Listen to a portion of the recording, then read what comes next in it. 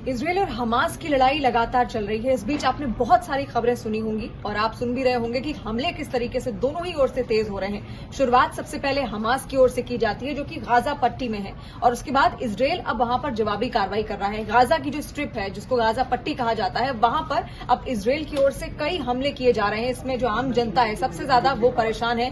हालांकि कहा यह जाता है कि इसराइल में कानून है बंकर्स बनाने को लेकर, यानी हर घर में वहां पर बंकर होता है। तो चलिए मैप के जरिए आपको अभी मैं समझाती हूँ कि आखिर कौन कौन से वो क्षेत्र हैं, कहां पर किस तरीके से विवाद यहां पर चल रहा है।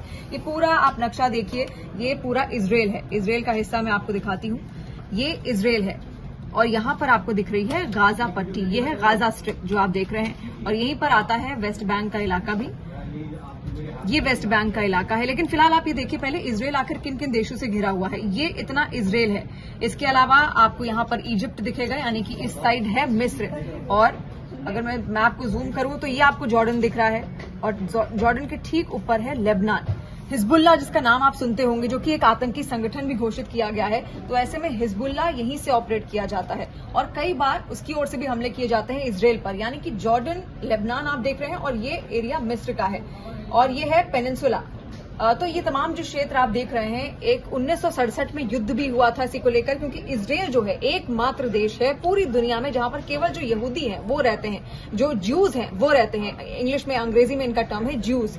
तो यहां पर केवल जुडाइज्म है, जुडाइज्म जो रिलीजन है उनका वो फॉलो करते हैं और ये पूरा इसराइल का आप पार्ट देख रहे हैं। उसी में हिस्सा है वेस्ट बैंक और उसी में हिस्सा है गाजा स्ट्रिप। देखिए अब मैं पूरा इसराइल का जो मैप है उसको जूम करके आपको दिखा रही हूँ। ये है जेरूसलम, आप देख रहे हैं वेस्ट बैंक का इलाका है और ये है गाजा स्ट्रिप, यानी कि गाजा स्ट्रिप और जो वेस्ट बैंक का क्षेत्र है यहाँ पर सबसे ज्यादा जो फिलिस्तीन है, जो पैलेस्टीनियन है वो रहते हैं। और ऐसे में ये लड़ाई बहुत पुरानी है, अभी की लड़ाई नहीं है। 75 साल हो गए हैं इस इसराइल को बने हुए और इसका भी इतिहास है। जब वर्ल्ड वॉर 1 हुआ था तो उस वक्त, उससे पहले जो स्थितियां थी, बहुत सारे अत्याचार भी इसराइलियों पर हुए। जो यहूदी थे उन पर बहुत सारे अत्याचार हुए, अलग अलग देशों में जहां भी वो गए उन पर अत्याचार हुए और ऐसे में उनको अपने लिए एक जगह ढूंढना मुश्किल हो गया था। आखिर वो रहे कहां, अपने परिवार का पालन पोषण कैसे करें, ये सबसे बड़ा प्रश्न चिन्ह उनके पास था। लेकिन जब वर्ल्ड वॉर 1 होता है उस दौरान ब्रिटेन एक ऑफर देता है यहूदियों को, यानी कि वो कहता है कि आप हमें सहयोग कीजिए इस वर्ल्ड वॉर 1 में और इसके बदले हम आपको एक जगह देंगे रहने के लिए,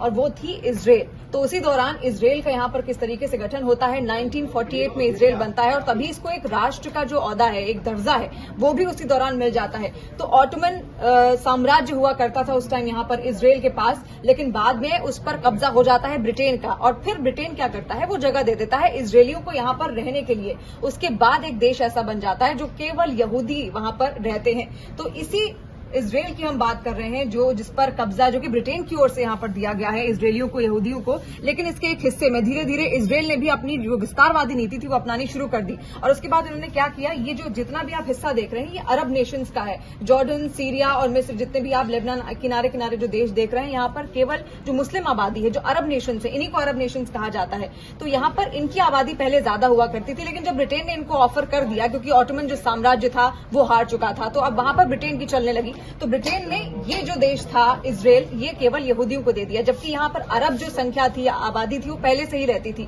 तो अरब जो थे उनको दिक्कत होने लगी कि आखिर ये लोग हमारे यहाँ आकर क्यों रह रहे हैं। इसी को लेकर धीरे धीरे करके विवाद और ज्यादा बढ़ता चला गया। 1967 में एक और युद्ध होता है, वो होता है इजिप्ट, मिस्र, जॉर्डन और सीरिया के बीच में, जिसमें इराक भी घुस जाता है। लेकिन जो 3 मुख्य कंट्रीज होते हैं वो क्या है, जॉर्डन, मिस्र और इराक। तो ऐसे में जब ये लड़ाई होती है उसके बाद अकेले अपने दम पर 1967 में इसराइल ये युद्ध जीत जाता है और ऐसे में कई सारे जो क्षेत्र हैं, गाजा स्ट्रिप उस टाइम जो कि उस टाइम इजिप्ट की हुआ करती थी, वो भी इसके कब्जे में आ जाती है, यानी कि इसराइल के कब्जे में आ जाती है।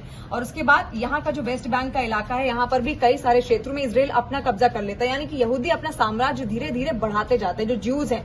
और इसी वजह से आप देखेंगे, अगर कोई भी ऐसा मैप आपको दिखेगा, आप जो यहूदियों की संख्या इस पूरे क्षेत्र में बहुत ज्यादा हो गई है। तो बाद में 1993 में एक ऑस्लो अग्रीमेंट आया, उसके तहत, ऑस्लो अग्रीमेंट के तहत 1993 में जो गाजा की जो स्ट्रिप थी, यहाँ पर जो कब्जा था, क्योंकि अब ये हुआ कि जो पैलेस्टीनियन है, जो फिलिस्तीनी ऑलरेडी यहाँ पर रह रहे हैं, उनको कौन सी जगह मिले, सब जगह तो अब यहाँ पर यहूदी आ गए। तो उसमें ये तय किया गया कि यहाँ का जो क्षेत्र है वो यहाँ पर जो हमास रहता है उसी के एडमिनिस्ट्रेशन में होगा, यानी कि उन्हीं को यहाँ पर रहने दिया जाएगा, जो फिलिस्तीनी है उनको यहाँ पर रहने दिया जाएगा। लेकिन धीरे धीरे जो युद्ध है वो और बढ़ता गया, क्योंकि आपसी जो तालमेल था वो ठीक से बैठ नहीं पा रहा था। तो इसराइल ने खुद का बचाव करने के लिए क्या किया, गाजा गाजा की जो स्ट्रिप थी उसकी चारों तरफ एक लंबी सी पट्टी बिछा दी, यानी कि दीवार खींच दी, जो कि काफी लंबी कही जाती है।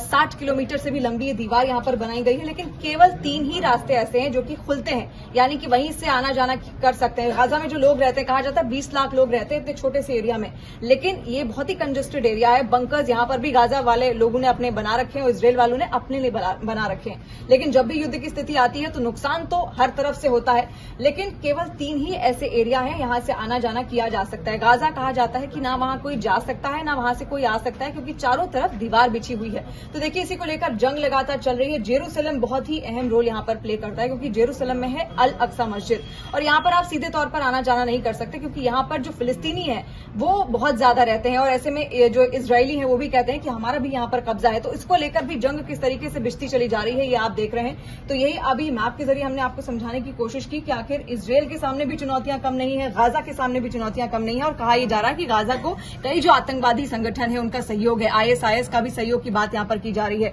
इजरायल को भारत की ओर से भी यहां पर सहयोग किया गया है, और भारत ने खासतौर पर एक ऑपरेशन भी चलाया है जिसका नाम है ऑपरेशन अजय।